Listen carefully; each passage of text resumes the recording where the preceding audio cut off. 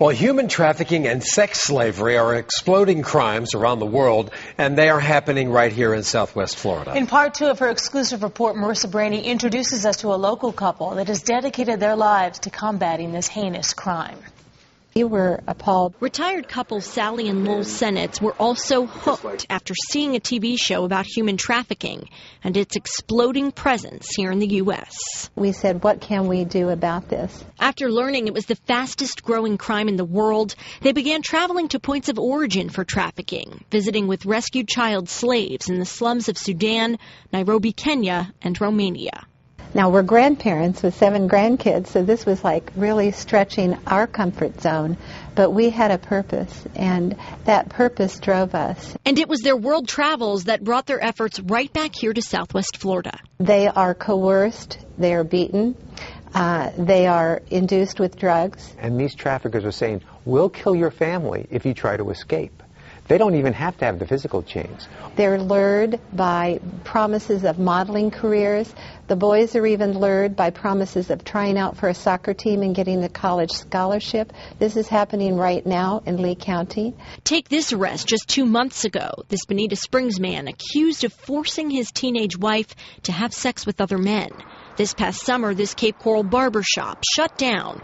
The owners arrested for selling sex with teenage girls to their customers. And who could forget this Bonita Springs brothel back in 2005?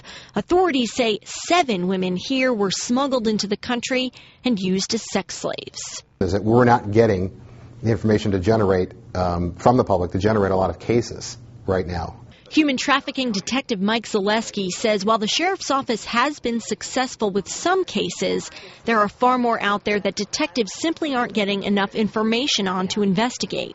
The crime is so hard to prosecute, in fact, few cases worldwide have ended successfully. 2,000 tops that have led to prosecution, arrest, and rescue.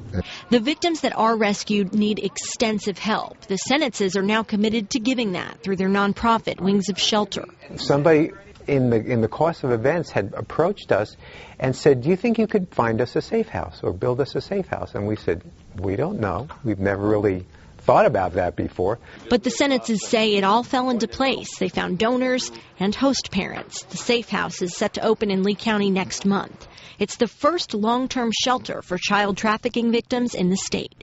You see the hope in that we can make a difference.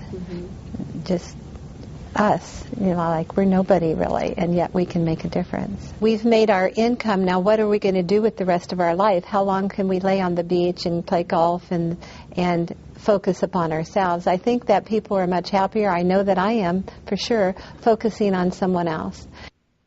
And the Sennettses have organized a conference tomorrow night at FGCU that focuses on the epidemic of human trafficking. If you think you see this crime happening, the Lee County Sheriff's Office wants your help.